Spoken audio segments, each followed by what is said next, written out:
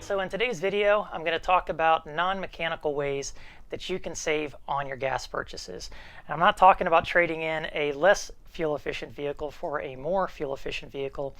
This one here gets about 15 miles per gallon depending on how much time I spend in stop and go traffic, how much time I'm on trails, side roads, things of that nature. So it's not the worst vehicle out there for overlanding or for cross-country trips, but it's not the best either. But either way, either as a daily driver or while I'm overlanding, I do try to still save money on fuel purchases. So these aren't, as I mentioned, mechanical ways to do it, but tools that are available to you or just your way of thinking when you purchase gas. So I was just on a trip for 30,000 miles and spent over $6,000 in fuel. And with the few ideas that I'm going to share with you, I saved, I would guess, about $150 to $200 on fuel purchases that I would have ended up spending had I not used the tools or just forward thinking when I was traveling. And this pertained to not only when I was in the US, but also when I was in Canada. So with that being said, let's get started.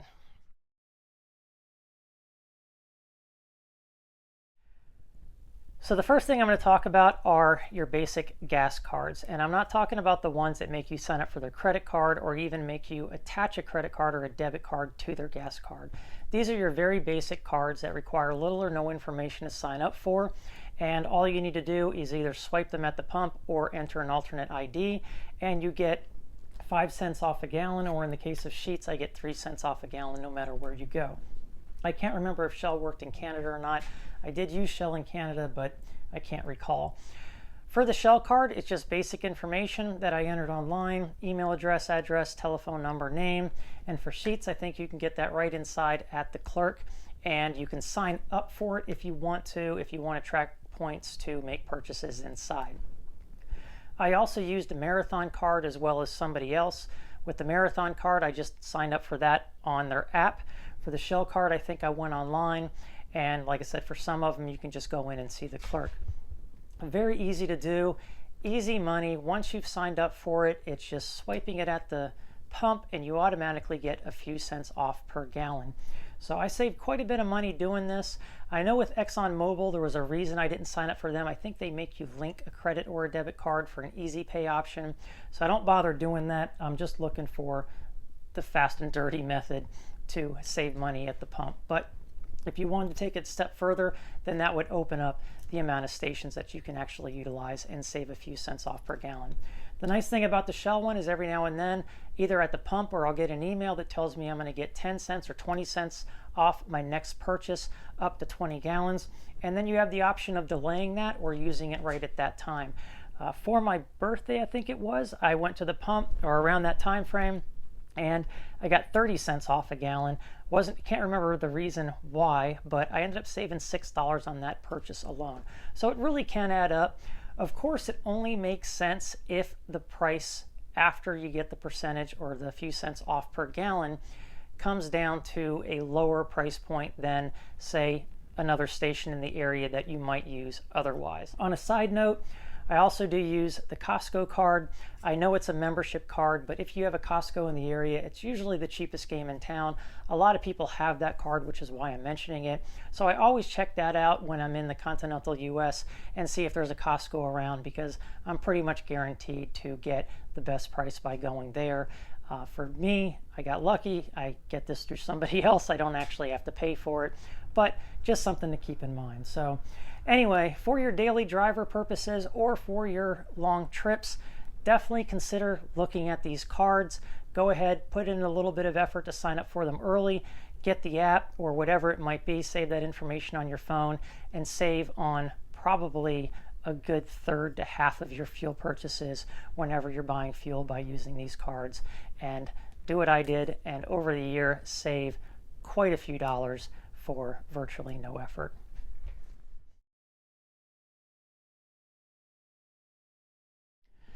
All right, so next up is my Bank of America Cash Rewards card. Now, quick disclaimer, I am not encouraging anybody to get a credit card, especially if you cannot pay it off every month.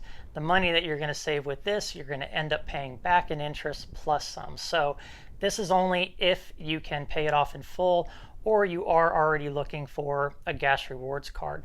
In this case, I get 3% off for every gas purchase. That's not 3% off a gallon, that's for the entire purchase.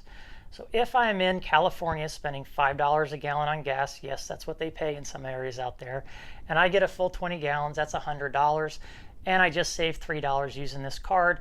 And because I'm using it all the time anyway, it basically came out to free money. So when I was in Canada, and this would apply if I was in Mexico, I switched to my Amazon Visa card because this one charges me a foreign transaction fee and my Amazon card does not. However, that card only gives me 1 to 2% back on fuel purchases, but considering I spent well over $1,000, maybe $1,500 in fuel while I was in Canada, I still got 1 to 2% back on that.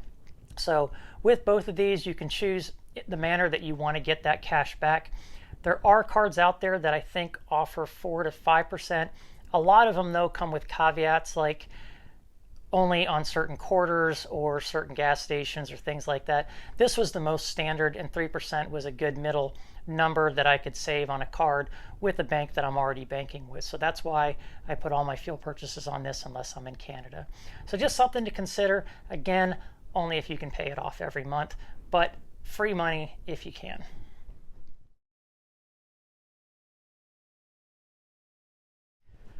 All right, so next up are what I call the Gacha Stations. These are the gas stations that are the first or last in every town, or the gas stations that are very convenient, say along the highway. In many cases, almost all the cases within the United States, if I was in a town that had more than a couple of gas stations, the one on the edge of town almost always was higher, and not just by a little bit, not a couple of cents, sometimes 5, 10, 15 cents. I remember one time in California, there was a mobile station on the east entrance of Yosemite where it was obviously a gathering place. It was a very big gas station, and I almost got gas there, and I decided to just turn the corner and go into the little town. And right there was a Shell station that I was going to save 5 cents a gallon on because I had my card. And also they were 30 cents cheaper per gallon than the one that you could literally see in the distance. So keep that in mind when you are traveling. Now, I'm not saying drive miles out of your way. Even if I drive a few miles out of my way to get cheaper gas with this, the amount of fuel I'm going to burn on that round trip does not equate to the money I'm probably going to save depending on the distance. So what I'm saying is don't always hit that first gas station. The only exception to that was in Canada.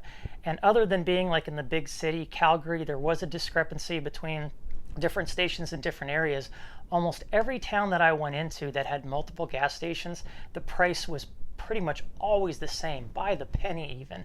So I didn't really have to worry about it in Canada, but the Gacha stations are very big in the US. So just go a little bit further if you know that it's a bigger town. More than likely, that next station you're going to save at least 5 to 10 cents a gallon. And if you've got an RV or something that takes a lot of fuel, that adds up very fast. The other ones are the ones next to the highway. Sometimes they are cheaper, like your Loves and your other truck stations, but most of the time they are more expensive than just driving a half a mile or a mile further down that road and finding cheaper gas.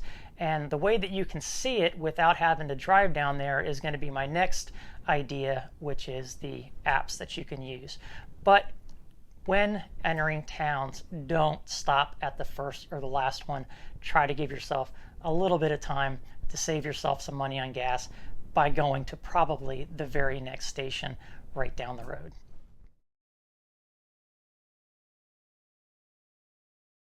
All right, so driving up to a gas station so that you can see the prices is not always the best way to figure out where you're going to get gas. So to avoid that, I recommend using gas apps. Now, for a while, I was using Waze because I could use it as a map, and I could also use it for finding gas stations and gas prices. However, on my last trip, it let me down a lot of times, even in areas that weren't really remote and in regular towns. So for that reason, I ditched using Waze because the prices weren't updated or gas stations weren't showing up at all. And I went to one of the larger apps, which I think is Gas Buddy. That you can actually use without even signing into it. All you got to do is download it. You can either look it up by area, by zip code, zoom in on a map to figure out where the gas stations are, what brand they are, as well as what the price is. Or if you have location services turned on, it'll tell you all the gas stations in the area, and you can expand that out to look even further. By using that app, it is a great tool to figure out and to plan where you're going to get gas. And I have saved 10, 20, 30, even 40 cents a gallon by waiting for another town or another couple of towns away to fill up because I knew the gas was going to be cheaper there. With that app, people are constantly updating the gas station prices. You can yourself, if you're signed in, you can either confirm the prices or you can update the prices if they've changed. And you can easily see on there how long ago the prices were updated. In many cases, especially here in Greensboro, they're updated hourly. So it's a great tool to have, especially if you can plan or if you're just questioning whether or not you want to fill up here or maybe a few miles down the road. Use the app. Very easy to use. Save yourself some money. Do some planning and get gas at the cheaper stations using an app like Gas Buddy, or talk to your friends and family and find out what app they use and maybe go that route. But Gas Buddy worked for me over and over again, hardly ever let me down except when I was in remote locations.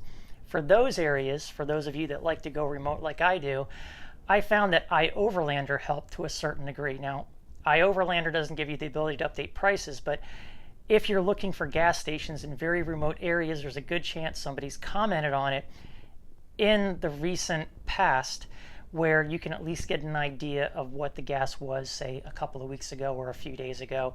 I did that on my way up to the Dempster Highway, or up the Dempster Highway, and I also did that in other remote areas of Canada where the app does allow you to put in gas stations if it's in a remote spot. So just another tool to use if you are out there away from towns and things of that nature. So use those apps, save yourself some more money by going that route.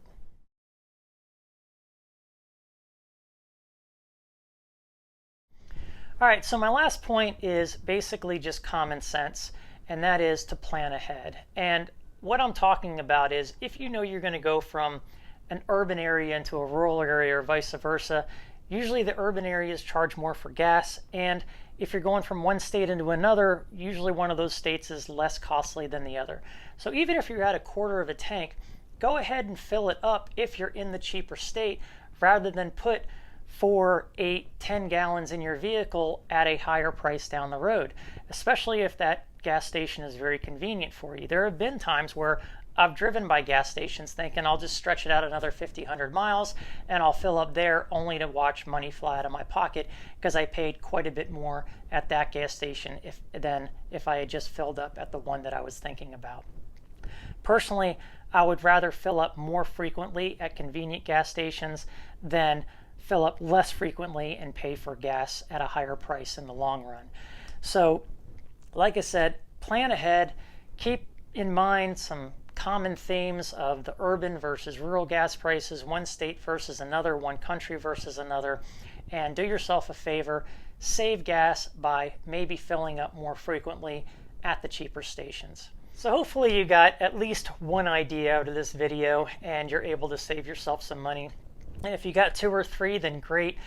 Personally, I try to implement as much of this as I can, and like I said, on this last trip I saved at least $150. But even if you do this as a daily driver and you think about your costs over the entire year and what you can save, you'd be probably pleasantly surprised at how little effort you have to put into saving quite a few dollars in the long run on your fuel purchases. And for me, that money can be used towards the next trip, on a repair on the Jeep, the next time I need one, or anything along those lines. But for me, every dollar counts. Again, hopefully you got something out of it. And of course, if you have an idea that I did not mention that's easy, doesn't require much effort, and isn't mechanical, because I know there's a lot of things that you can do mechanically to save money, but I'm just talking about things that anybody can do regardless of what they drive. So if you have those ideas, go ahead and leave those comments below, or if you want to comment on anything that I just brought up in this video. But of course, thanks for watching. Appreciate your time. Please hit the like button or the dislike button if you didn't care for this, and I'll talk to you next time.